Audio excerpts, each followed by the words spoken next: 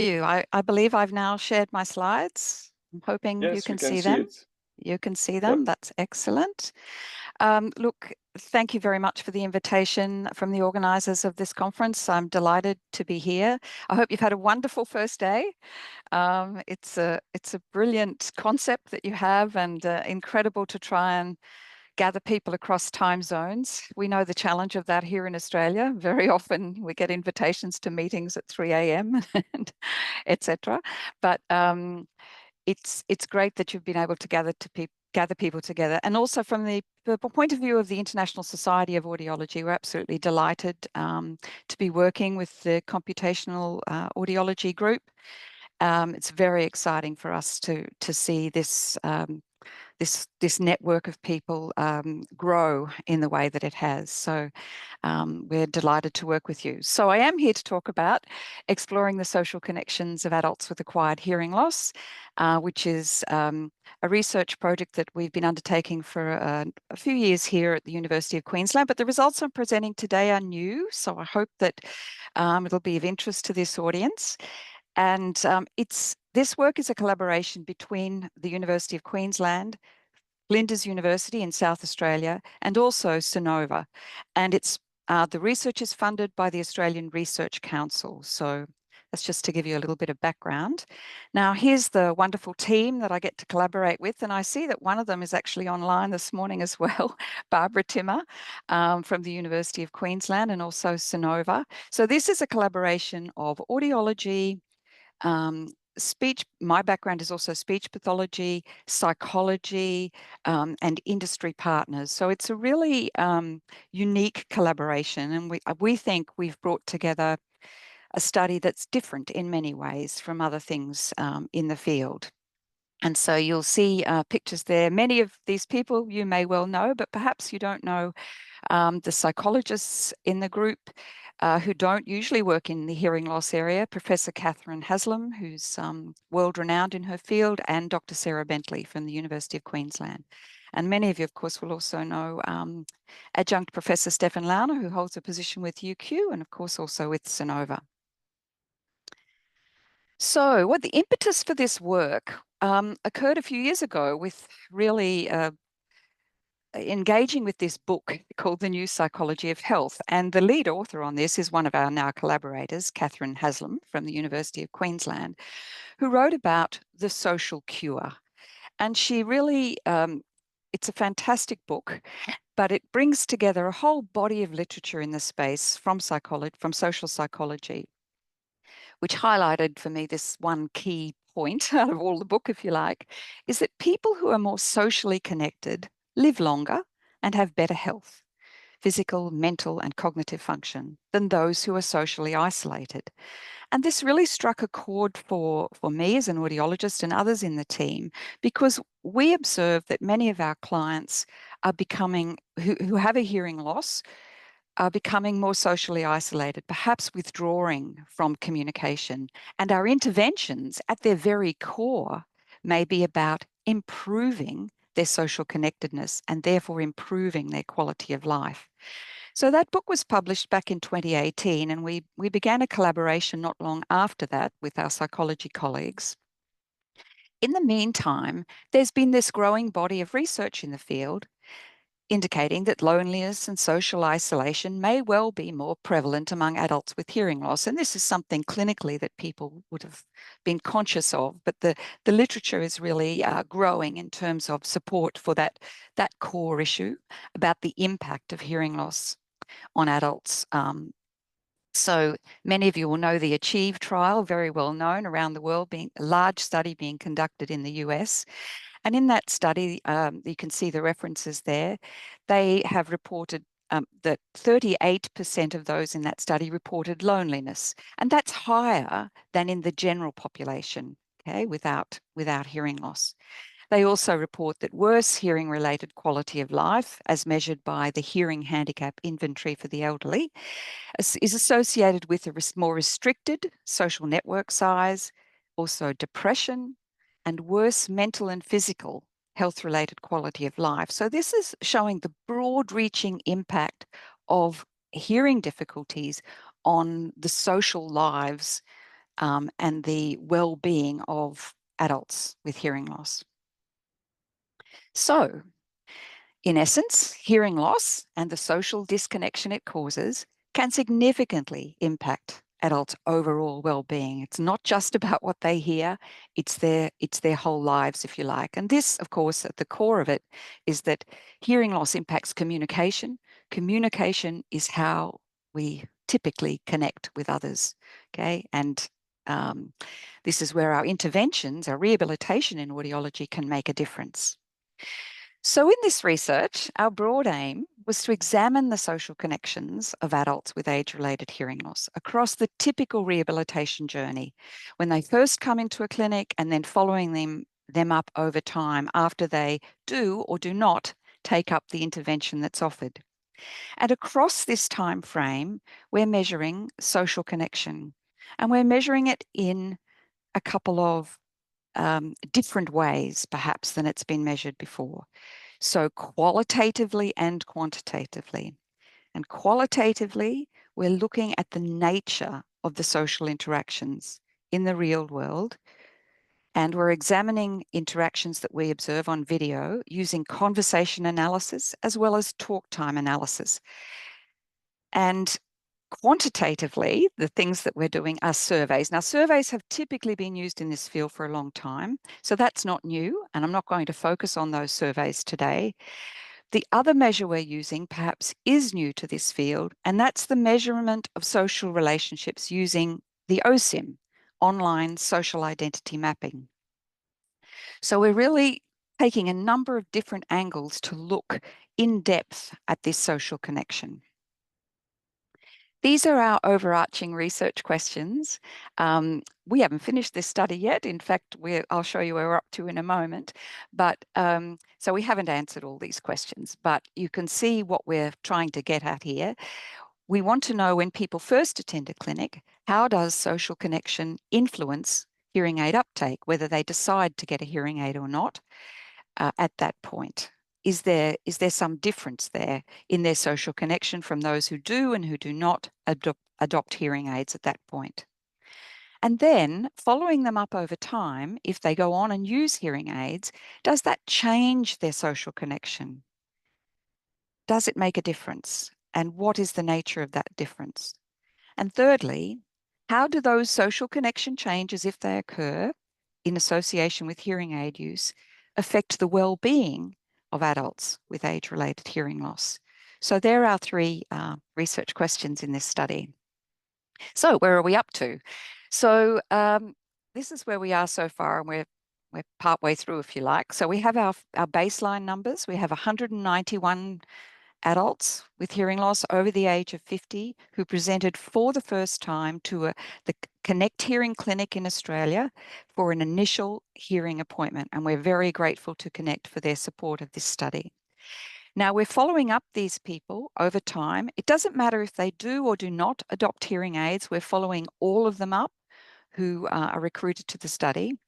So then at 3 months, we've got 104 people, and you can see so far 78 and 47 at the 12-month point, but we're continuing to collect data. We do, of course, expect some attrition, but we're working hard to get as many as we can for the longer term follow-up, because you would imagine that it might take some time for people to get used to the devices if they get them, and to go to all the social events that they wish to engage in. So these are the people in the baseline group. So the mean age on first entry to the clinic is about 69 years, and that's fairly typical of clients seeking help for the first time in Australia anyway. It might be different in the countries that you're from. Reasonably similar numbers, more females than males. And after that first appointment, 61% decided not to get hearing aids. So they all had a hearing loss, but 61% decided not now. I'm not ready for that. Decided not to get hearing aids, and 40% became hearing aid adopters. And you can see there that the average hearing loss, fairly typical, mild to moderate hearing loss in these individuals. So as I said before, these are the various methods that we're using. And the online questionnaires around hearing and communication, but also some broader mental health questionnaires, personal well-being and loneliness, etc. But the measures I really wanted to focus on, because I thought they might particularly be of interest to this group in computational audiology, are the online social identity mapping. And in that, participants draw out the map of their social lives. They identify the groups that they connect with, and they give each group scores in terms of their degree of how positive they feel about them, how they feel they fit in, how much time they spend with them, and if they know about their hearing loss. This issue of knowing about your hearing loss, I'll briefly mention, is very important in relation to stigma. And we've just published a special issue in the International Journal of Audiology about adults with hearing loss in stigma. And I'd encourage you to have a look at that, because who you tell or don't tell about your hearing loss is a critical reflection on how you're experiencing stigma. But I'll leave that one for now. So we're using the OSIM, and then we're asking participants to video a number of interactions they have with another person or a group of people in the real world. And with that, so not every participant does that, because not everyone's willing to do it, but we have a smaller subset of participants who are doing these videos for us. And on those videos, we're conducting two different forms of analysis, which I will go into now. So this is the data from the OSIM. So on the right, you can see a map, a typical map there of the of a person's social networks, if you like. And in this preliminary analysis of 191 at baseline, the mean number of groups that people report is around 6, but you can see a wide range from no groups to 25 different groups. Now, the colors are important. So the purple colors are groups that know about your hearing loss and are supportive. So the person reports that they're supportive. And you can see there for this person, close friends, family, wife, army mates, children know about the person's hearing loss. This is one individual's report. Know about a person's hearing loss and they're supportive. Then there are those who are in the pink, who they know about the hearing loss but are not supportive. And so for that's a very small percentage overall, 6%. And for this person, you can see it's their motorcycle riding friends. And finally, in red, groups that don't know about their hearing loss, neighbors and acquaintances. And that makes up about 50% of the total for the baseline participants that we've seen. So there's lots of people, or about half the people often in someone's social networks, who don't know, or the person with hearing loss believes they don't know about their hearing loss. And you can see there are scores for positivity of groups, and the scores range. People are asked to rate positivity up to a top of 10, and average fit with the groups. And you can see that people generally feel that groups are positive and that they fit in.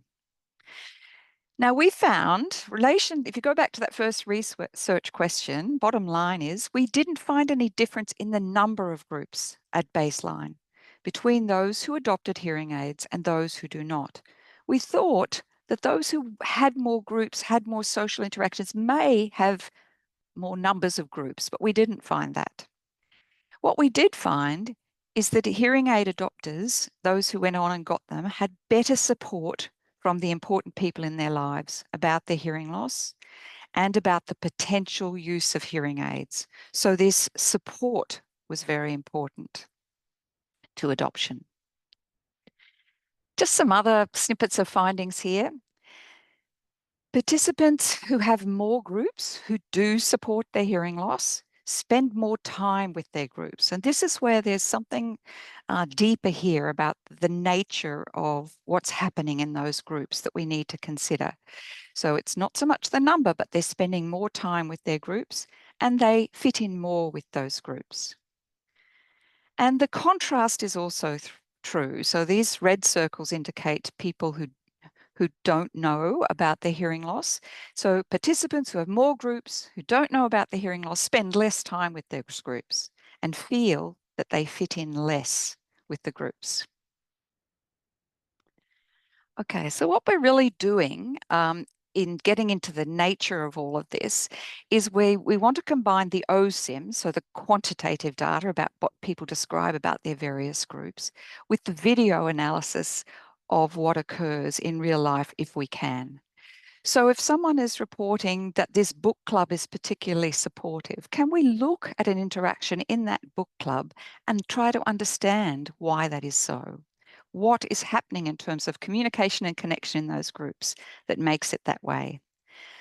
And in the case of a work group that someone may be finding less supportive, why is that so? So the idea is, of course, to combine these two sources of data.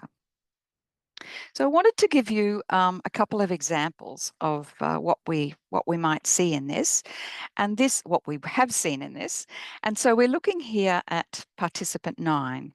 So when completing the OSIM map that you can see on the right, this person had been wearing hearing aids for 6 months. She reported 5 social groups who all knew about and were supportive of her hearing loss. All groups were rated as important, as can be seen by the large size of the circles, and extended family was slightly less important than the other groups, but all were supportive. So we're going to look in a little bit more detail here at friends because we have a video of a conversation with friends. So what did that look like? Also, before we get to that, you can see here the ratings that the participant gave. So 10 out of 10, very high ratings overall, but for how she felt she fitted, how positive she was about the group and how she felt she fitted in. Okay, so this is some conversation analysis of an interaction with a group that was reported as important, positive, and knew about the hearing loss. And the friend of the participant's home, and they're sitting in the lounge room. There's a couch and a couple of armchairs. The adult with hearing loss and friend sit down in the armchairs. The conversation starts with the friend pointing to the left ear of the adult with hearing loss and asking her, "Is that your good ear?" Pointing to the adult with hearing loss's left ear, "I can talk into that one." In other words, he starts the conversation by checking his seating position to make sure that she can hear him best before starting the conversation. The adult with hearing loss replies that it now doesn't matter because she has her hearing aids, so she can hear from both sides and doesn't have to worry about where she sits. The friend replies that that's great, and they go on speaking. So what we can see, this is at the very beginning of this interaction, right from the start, evidence of a supportive interaction from the friend who has been rated as knowing about and supportive of the participant's hearing loss, and the friend is reported as a highly positive social group. And across this ongoing video recorded conversation, there's a lot more to it. The participant, the adult with hearing loss, was highly engaged. So let's look at another example. This is participant 19. When this participant completed the social identity map, he'd had his hearing assessment and been told he had a hearing loss, but did not yet have hearing aids. He included 7 social groups in his map. 4 social groups knew about and were supportive of his hearing loss, in purple there. And these purple groups were also rated as the most important, shown by the large size of the circles. And there were 3 social groups who did not know about his hearing loss: Justice of the Peace, Work Group, and Neighbourhood Friends. These groups were also rated as less important by the participant, as can be seen by the smaller size of the circles. For this participant today, we are going to look in depth at the social group of his neighbourhood friends. And you can see here, when he rates them, he gives them a lower score, 7 out of 10 in terms of how positive he feels in that group, and 7 out of 10 again for how much he feels he fits in. Okay, so what happened in that conversation?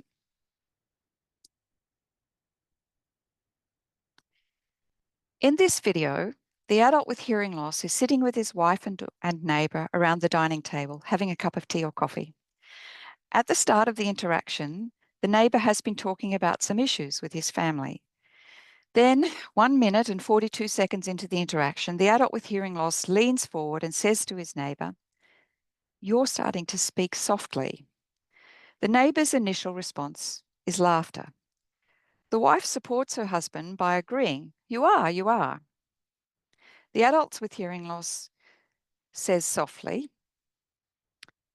"What are you saying to me?"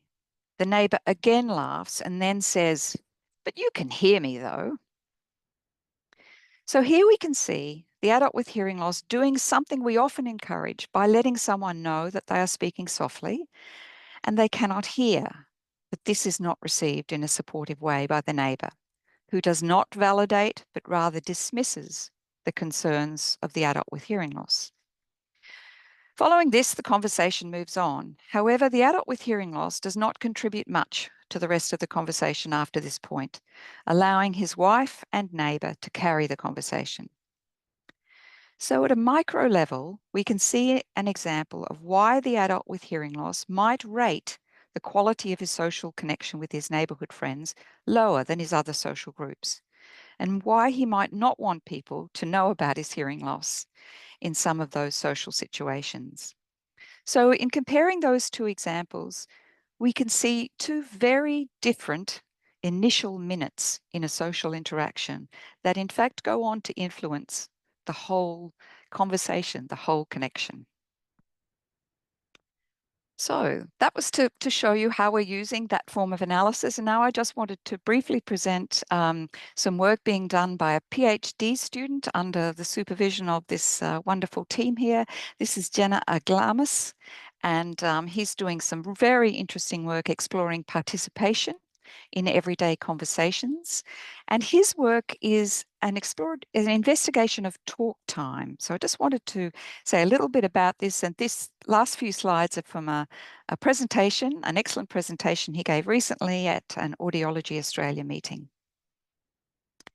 So he's looking at the videos, and he's got 13 adults with hearing loss and a total of 27 videos to analyze. 16 of those are dyadic conversations, so they're just with one other person, and 11 are group conversations. So what he's doing a comprehensive analysis looking at each turn at talk in a conversation was coded for both adults with hearing loss and their conversational partners using the software ELAN. After identifying each turn, the boundaries of each turn are adjusted in PRAT to match the correct start and end times. Then all starting and ending times of each turn for every speaker were exported to a spreadsheet, and talk time percentages are calculated for the different speakers in each conversation. So in the dyadic conversations, so one-to-one conversations for the adult with hearing loss, talk time has quite a range, 18% to 81% in the 16 videos that he's looked at. And in 9 of the videos, the adults with hearing loss talked less than their conversational partner, in 9 of the 16. And then in 2 of the videos, adults with hearing loss talked about the same amount, so it was more equal. And then in 5 videos, adults with hearing loss talked more than their conversational partner. So sort of a spread of talking less or more or the same across those dyadic conversations. Thus, the talk time proportion, the other thing to note is that talk time proportion for the same adults with hearing loss varied depending on the conversation. So here, when talking to a spouse, the adult with hearing loss talks a lot more, 78, 79%. And then talking with the female friend, same adult with hearing loss, they're talking about the same amount, so a bit less than they are with the spouse. Then group conversations. So adults with hearing loss, in 10 videos, they talked less than their conversational partners. So this is in group conversation. So we're seeing quite a difference here. And just in one video, they were talking more than their conversational partners. So this is just to give you, to mention one video, a 30-minute video of an 82-year-old man with mild hearing loss. And in that conversation for 30 minutes, he spoke for just 5% of the time. And you can see otherwise, others are speaking much more. It's much more equal, if you like. So in a 30-minute conversation, he spoke or took a turn himself, just 1.5 minutes of time.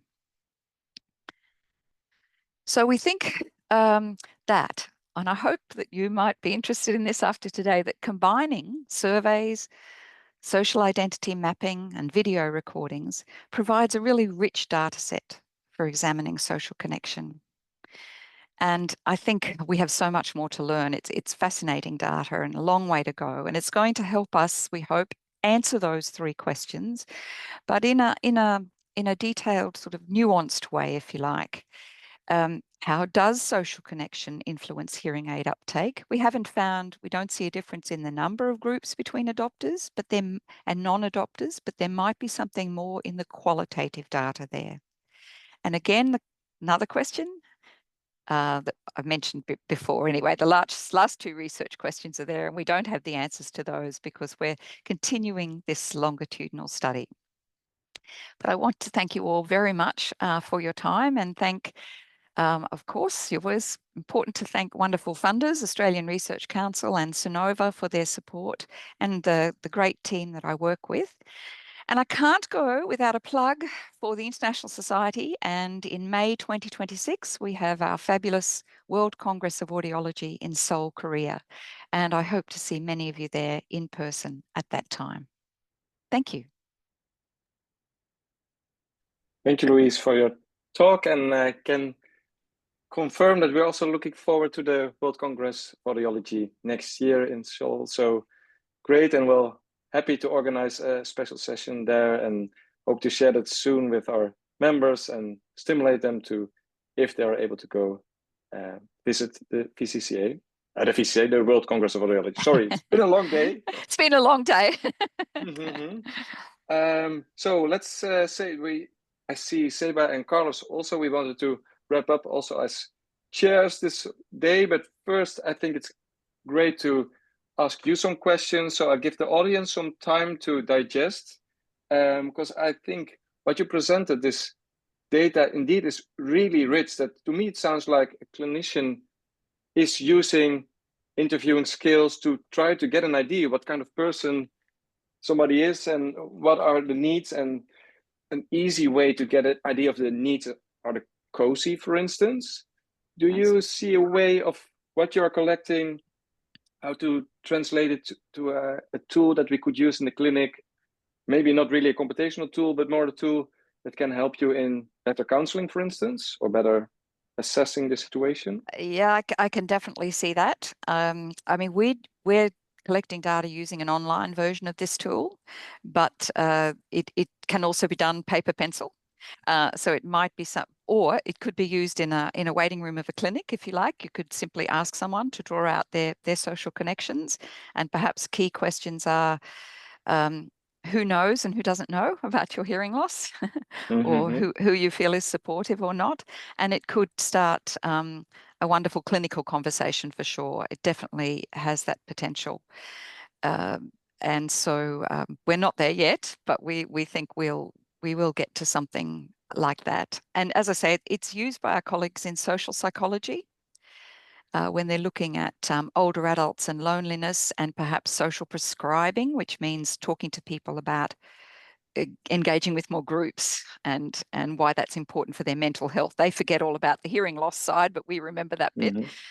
So it is used clinically in another field, if you like. Okay, great. And it made me realize that in our clinic, when people get to the audiologist, they have already taken some hurdles to get to the hospital. So these are the people motivated for also trying hearing aids. So how was the selection of this group? Was it really random, or were it already people seeking care or admitting that they had problems? They had an appointment at a clinic, so they'd made an initial appointment at a clinic. They, I think I think people sometimes assume that because they've made that initial appointment, they are motivated. That wasn't necessarily the case. I think sometimes they want just a checkup, and they'd rather you said that they didn't have a hearing loss, and perhaps they wouldn't benefit from a hearing aid. So I think I wouldn't assume motivation. Many of them are just coming to find out more. And when you think of so these people had all made an appointment for a hearing test, and all had a hearing loss, but only 40% went on and adopted hearing aids. So that might be a situation unique to Australia. It might be different in your clinics in different parts of the world, but that's what we find. Great. I chime in. Seba? Quick question. First of all, Louise, thank you very much. It was such an inspiring talk, and I think we all know kind of, and we get, because we're in the field, we know the problem, but seeing the numbers and in such a very nice research really is an eye opener. So thank you for your words there. I was thinking that as I was hearing you, the social interactions and social connection, how you study that, it happens to me that also is influenced by, I believe, where are you from initially? Where you are from Latin America or Nordic countries or United States or Canada or whatever, the weather, or I don't know what it is, but there is something around it that sometimes change the way you connect with people and you are with people. I cannot avoid remembering the day I arrived to the Netherlands to Nijmegen doing the PC, and I was hugging everyone. I wasn't saying hi. Everyone was looking at me crazy. I was like, well, that's the way we say hi. We interact very personally. And also that on one side. On the other one, the age, that also, it's not the same if you're a teenager or if you are, older in life. And also the type of hearing loss is not the same to have a bilateral mild or whatever other type of hearing loss, or an SSD where you have, slightly different situation. So many things interact there. I want just to hear your thoughts about how you would address all these interactions are, at the end of the day, important for how you characterize these social connections and way of living with people and hearing loss, right? Yeah, agree completely. There are so many variables that affect social connection, and culture is one of them, of course, and many others. And I think we're cognizant of that. So I think the key to this study is actually not comparing across groups, adopters and non-adopters, but following everyone as an individual.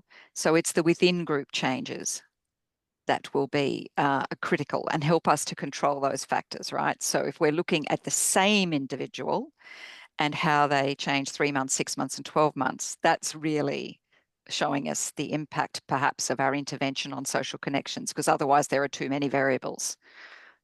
This one person is content with 3 groups. Another person has 25 groups and hugs them all, Seba. So there's difference, and so it's the longitudinal that will help us really answer those questions and take out some of that noise in the variables related to, as you said, the many factors that can influence.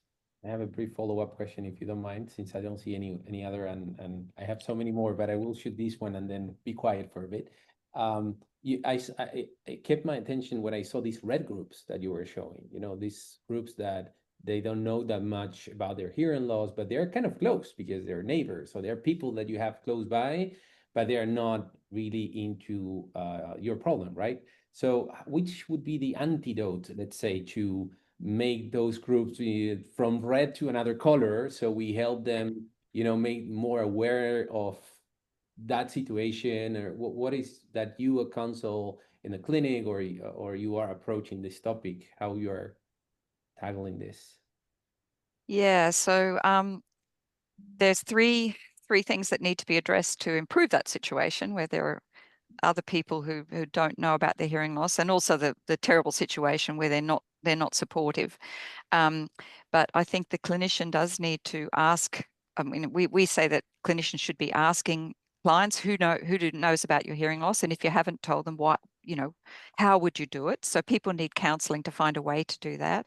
We also think you need to work with families, because it's the people who are closest, who are supportive, who could perhaps broach that with the neighbors, like that wife does in the video. She tries to help. She tries to help her partner with hearing loss. So we think it needs to be addressed with the client, with the family, but also in terms of public awareness. There's and in our special issue of the journal, we talk about the need for education more broadly of the public, if you like, to make a more positive view of people with hearing loss than is currently there. One of the things we found, there was a bit of joking that went on in those videos. Unfortunately, humor can be used by the person with hearing loss sometimes to introduce the fact they've got a hearing loss. That's fine. If they find a way to make a joke about it, that can be a good way to tell others. But people with hearing loss do not like it if others make a joke about them. So that's very hurtful for most people. So yeah, it's a big topic, a hard issue to tackle, but there is still stigma that people experience, even with very mild hearing loss. Yeah, it'd be nice to improve that. That's probably a harder question than we can answer at this stage of the day. And yeah, maybe if I then can also follow up this, how do you envision that we could go forward in making this somehow implementable? Also thinking about big data and privacy. I mean, it looks like with some of these big technologies, you could indeed follow a lot of people's personal interactions and probably automatically rate them. Would you recommend going that way, or do you, what are your thoughts there? Constraints you see, or hesitance in, how much trust in that systems you would give, or rules you think Yeah, that that's are a big important? question. Yeah, it's got potential for that, hasn't it? At the moment, we carefully anonymize, everything that we're all the content of these conversations that we have, and carefully control where the videos go, etc. I have to say that people are not concerned about making those videos. Often researchers say, oh, aren't they worried, about what's going to be said and, privacy? No. They're generally pretty mundane conversations about regular things. I think they don't put the video on if there's something they're concerned about privacy with. But if they turn it on, they're in fact saying, oh, that's okay. You can look at this. So I think it's up to the individual. But I know a lot of researchers say, oh, how do they let you do this? They make the videos themselves. We don't make them. They have, sorry, I didn't say that, smartphone on a tripod. They make those videos. They're just asked to make a video of an interaction in the real world over a number of weeks, as many as you can. So they're giving license to us to do that analysis. So in the same way, they could give license to big data to do an analysis of what's happening. So I think that the use of it rests with the individual, what they're prepared to share. And if we also make this a choice, I mean, you could also, yes, of course, collect this data and then give out of the blue this recommendation. Oh, apparently you have this hearing loss, this problem, and here's some solutions. And I assume that people will then not be as happy if they're not taken into this direction, and that there's a trust in the relationship. Well, that's maybe So one other view. big data use, of course, could be that if something like talk time or turn it talk, some indices in there are important. They could be used and measured within the device in some way as an outcome measure, as an objective outcome measure. So at the moment, we only look at data logging, how much someone wears a hearing aid, for example, typically. But is there something in the nature of the conversation that could be measured that is actually an outcome of the quality of the talk? So I think there's big potential. Great, thanks. That sounds like... And it may not be dependent on the content of the talk. That makes sense. Yeah, and there's also ways of indeed storing these general parameters that doesn't say anything about the content that had been set, and you can store things locally. So there's maybe room to build this in a user-friendly way that also the society can help and make us all benefit from this. Thanks again, Louise, for a great talk. And oh wait, I see something in the chat. I don't know if there's more questions. Otherwise, let's say, oh yeah, here Raoul added that it was a good point. The quality of the talk is an outcome measure.